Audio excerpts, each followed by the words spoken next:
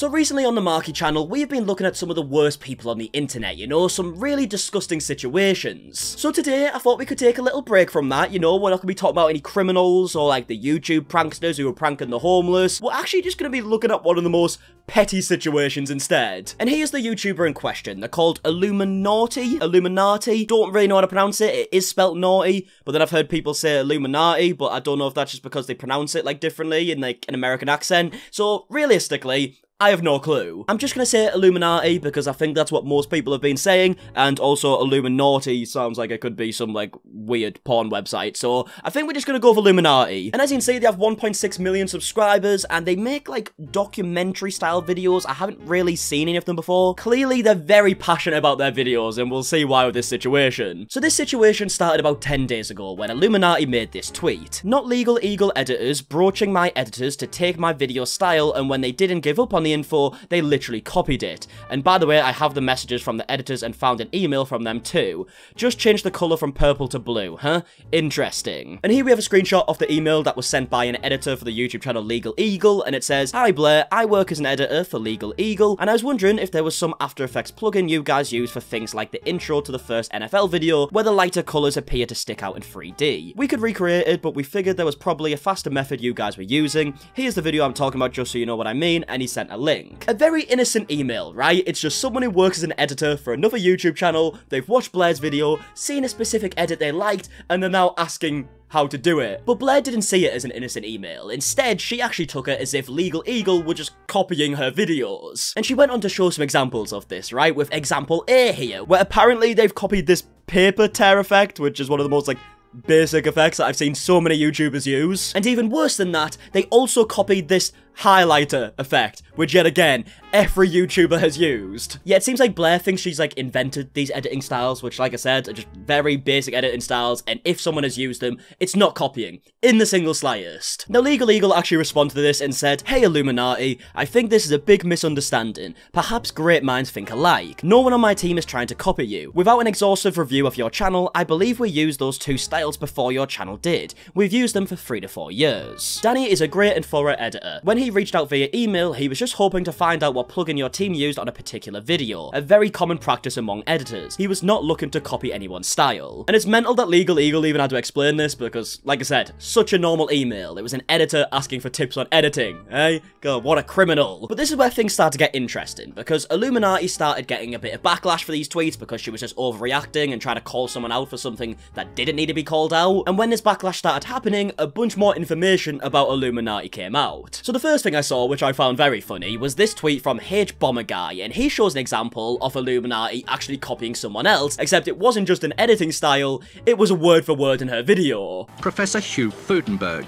Professor Fudenberg has long been controversial. A man named Hugh Fudenberg, a former immunologist who has been long controversial. In 1989, he was caught up in a bizarre lawsuit involving the Food and Drug Administration, which told him he had to stop injecting his autistic child patients with blood products. In 1989, he was caught up in a bizarre lawsuit with the Food and Drug Administration, which told him he had to stop injecting his autistic patients with blood products. Yep, literally word for word there. In 1995, he was suspended from practicing medicine and made to pay a $10,000 fine for his misuse and misprescribing of controlled drugs.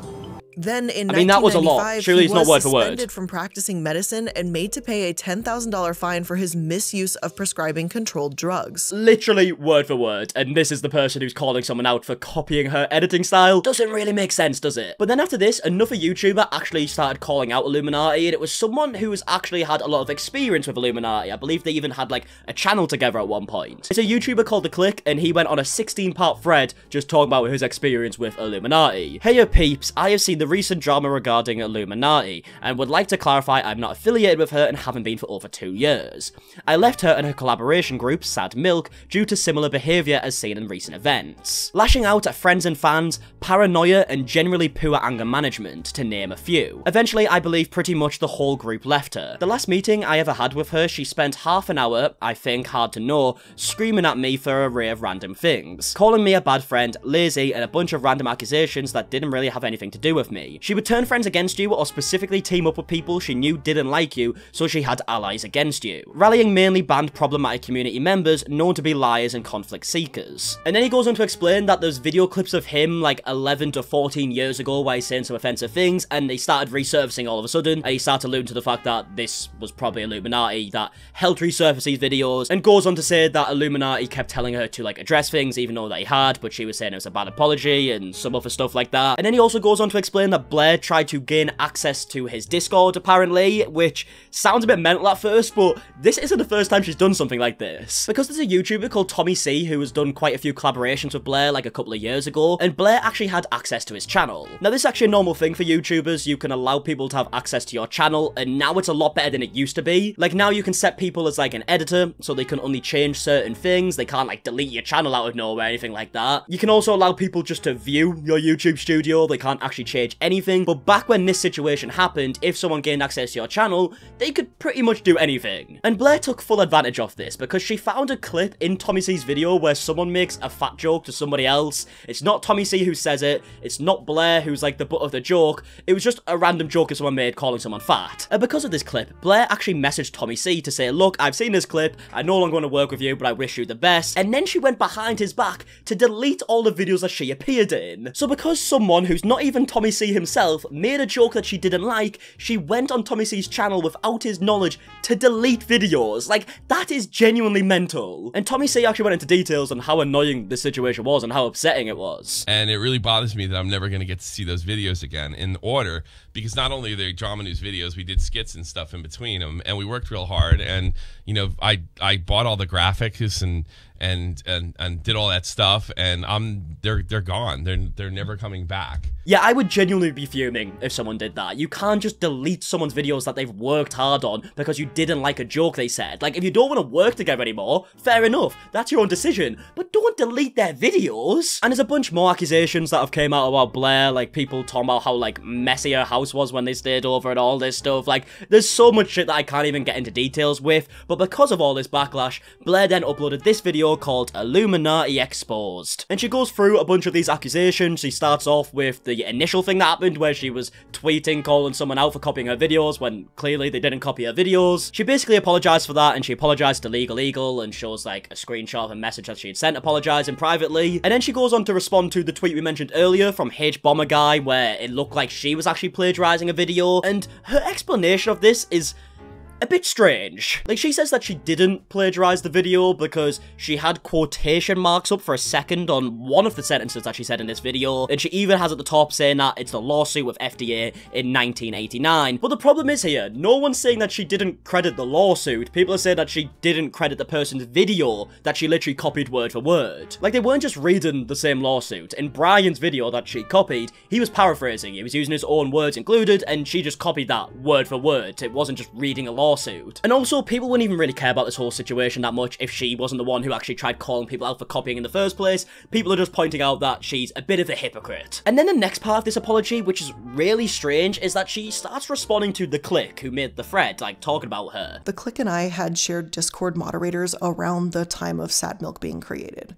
Due to The Click's inaction, our shared moderators had brought a situation in his server to my attention, a situation involving pedophilia. In Click's Discord, there was a 19-year-old bragging about a 12-year-old that he was claiming to be involved with. Okay, so she mentions this person who was on the Click's Discord server who was talking about how he was like a pedophile, basically, right? But then she goes on to blame the Click for the fact that this guy was allowed on the Discord in the first place. So we used this individual's ID number and we banned them from the Sad Milk server and from my server, and we reported them to Discord's trust and safety team, who we hope did pursue this further. Then I went to contact Click to see what was going on, and it was mainly because I didn't want to believe that he would blow off someone clearly discussing such an inappropriate relationship. I am not trying to accuse the Click of pedophilia, nor do I have any reason to believe that he could be a pedophile. However, he cultivated an environment that was a breeding ground for inappropriate behavior with minors to occur, and that's exactly what happened. An absolutely mental take, right? She's literally trying to blame the Click for what someone else said, and then when you hear the Click side of the story,